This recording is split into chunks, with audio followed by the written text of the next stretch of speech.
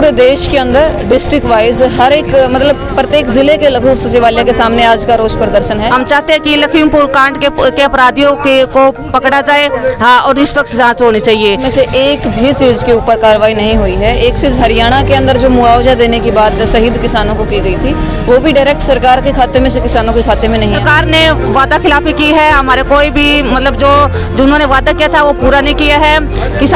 किसानों को कहा गया था कि आपको MSP पर गारंटी दी जाएगी, लेकिन अभी तक ये गारंटी भी नहीं दी गई है। इस पर कोई कानून नहीं बनाया गया। राजनीतिक दल बनाए गए थे, आंदोलन से निकल करके जिन लोगों ने बनाए थे, एक बहुत जल्दबाजी के अंदर बनाए गए और उस जल्दबाजी का खामियाजा सिर्फ और सिर्फ उन जत्थेबंदियों को ही नहीं भुगतना पड़ा। किसानों की फसल बर्बाद हो रही है, जल भराव हो रहा है, तो उसकी मुआवजे की बात आती है तो वो पीछे हट जाती है।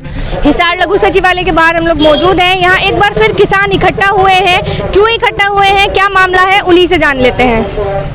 जनआवाज देखने वाले सभी दर्शकों को पूनम पात्र सूर्यवाणी की आज जुड़कर राम राम जी। तो मैम, मैं जानना चाहूंगी, आज जो एक बार फिर किसान जो है लघु सचिवालय के बाहर इकट्ठा हुए हैं, तो पूरा मामला क्या है?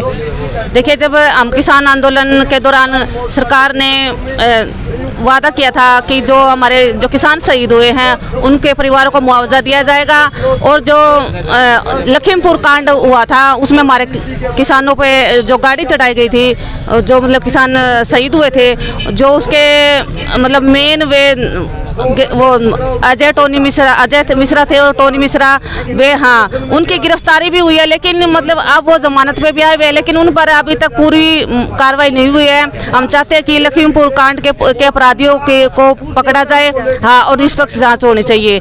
लेकिन सरकार ने वादा खिलाफी की है, हमारे कोई भी मतलब जो उन्होंने वादा किया था वो पूरा नहीं किया है। किसानों को कहा गया था कि आपको MSP पर गारंटी दी जाएगी, लेकिन अभी तक ये गारंटी भी नहीं दी गई है। इस पर कोई कानून नहीं बनाया गया MSP पे।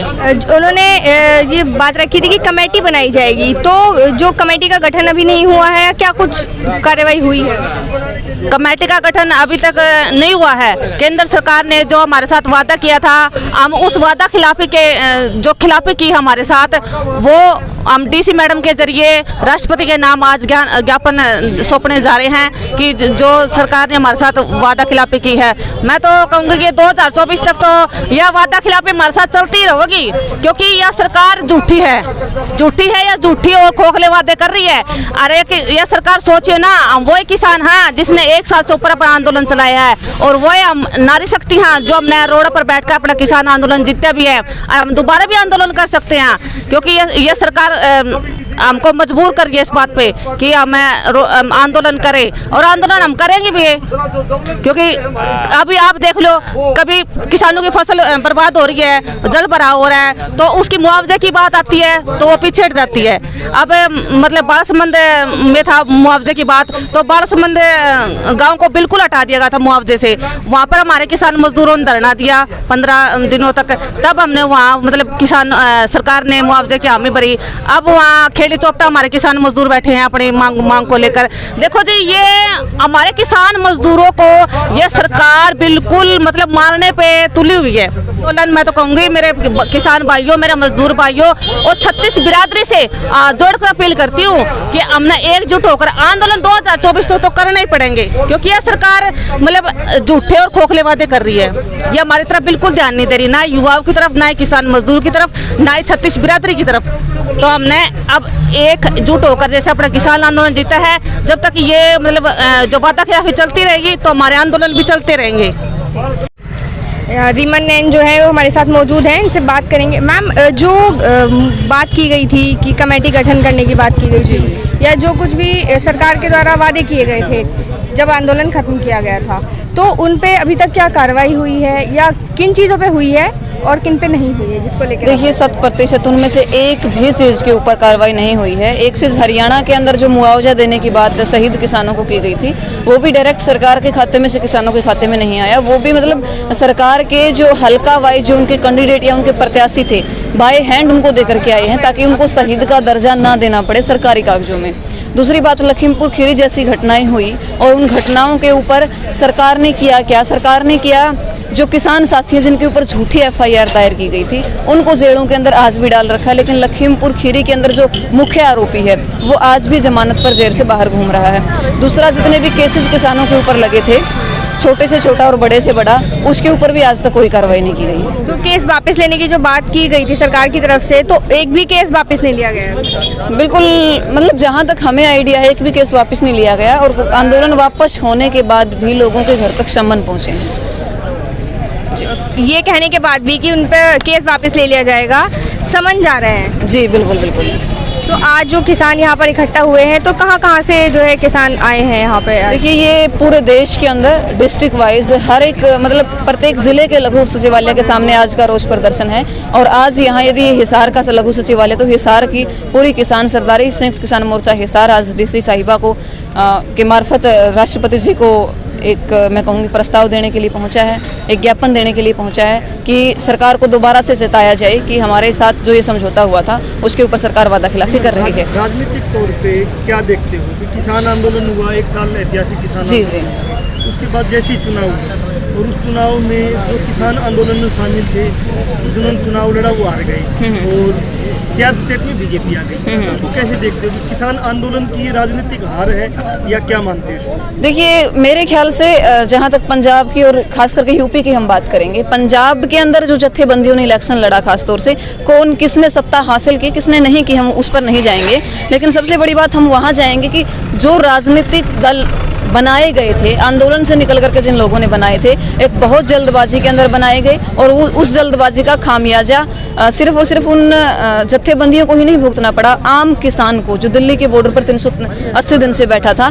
सरकार ढीली पड़ी और दोबारा से मतलब उनके हारने का सबसे बड़ा कारण मैं मानती हूँ उनकी राजनीतिक जिज्ञासा या उनकी राजनीतिक दिलचस्पी, या फिर वो आंदोलन में ही लोगों ने ये मान लिया कि वो आए ही इसलिए थे, उन्हें एमएलए बनना था, एमपी बनना था। तो लोग राजनीति के अंदर राजनीति से नहीं जुड़े थे, लोग सीधे सीधे आंदोलन से जुड़े थे और उनकी भावनाएं भी आंदोलन के साथ थी। तो जिन लोगों ने राजनीतिक दल बनाए जो किसान आंदोलन में शामिल थे पूर्ण रूप से, तो अगर ये जल्दीबाजी नहीं की जाती, एक सोच समझ के टाइम लेके और पूरी तैयारी के साथ अगर वो दल बनाए जाते, तो क्या इसका असर पड़ता आगे चुनाव पे? देखिए, जहाँ तक मैं अपनी राजनीतिक सोच को मानती हूँ, प्रत्येक जत्थेबंदी को ये जो इलेक्शन है ये स्किप करना चाहिए था, इसके ऊपर इलेक्शन नहीं लड़ना चाहिए था, चाहे पंजाब की बात हो। दूसरी बात मैं यूपी की खास तौर से करूँगी, पश्चिमी यूपी जो गढ़ माना जाता है, या खास करके लखीमपुरी का वो क्षेत्र, वो विधानसभा क्षेत्र है जिसके अंदर हमारे किसान साथियों को गाड़ी के नीचे रौंदा गया था।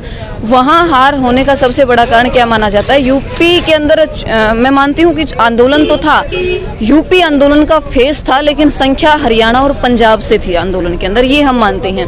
फेस किस तरीके से था? जिस तरीके से लोगों के ऊपर मतलब राकेश टिकैत जी ने 26 जनवरी को जो एक तरीके से दोबारा से आंदोलन को जागृत किया और अपने आंसुओं के जरिए लोगों को एक तरीके से भावनात्मक तरीके से आंदोलन को जोड़ने का काम किया।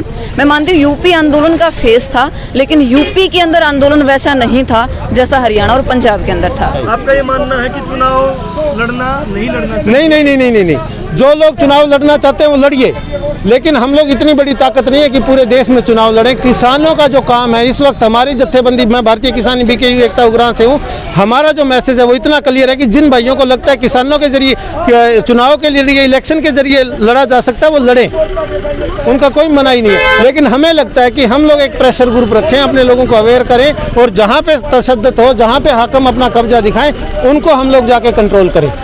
अभी किसान एकता जो मोर्चा, उसमें कोई टूट फूट होने की खबर? नहीं नहीं, किसान एकता मोर्चा में कोई टूट फूट नहीं होने दी जाएगी और ना होगी। हमारे जो प्रधान है जोगेंद्र सिंह उग्राण, प्लीज़ आप सुनिए, 14 तारीख को जो मीटिंग थी उसमें जोगेंद्र सिंह उग्राण ने पूरा सीधे तौर पे कहा कि जिन किसानों ने, राज्यपाल ने और चडुन्नी ग्रुप ने जो हिस्सा लिया है, वो अगर वो आएंगे तो बीकेयू एकता उग्राण और बाकी जितने उसके समर्थक है वो बाइकाट करेंगे। इस वजह से किसान संयुक्त किसान मोर्चा आज भी मजबूत है और आप हिसार का देख सकते हैं और बाकी डिस्ट्रिक्ट हेडक्वार्टर का देख लीजिए। भारतीय ये संयुक्त किसान मोर्चा अटल है, इसको तोड़ने नहीं दिया जाएगा। राज्यपाल ग्रुप मलिक साहब हमारे साथ है, क्या लगता है आपको कि अभी चटनी ग्रुप और राज्यपाल ग्रुप जिन्होंने चुनाव लड़ा है, तो वो किसान एकता मोर्चा में है या नहीं? देखिए, फिलहाल तो जो इसमें संयुक्त मोर्चा की जो मीटिंग हुई थी, उनको फिलहाल तो ये कहा गया कि आपने इलेक्शन लड़ा है और आगामी जो बड़ी जो मीटिंग होगी उस तक आपको सस्पेंस रखा गया है।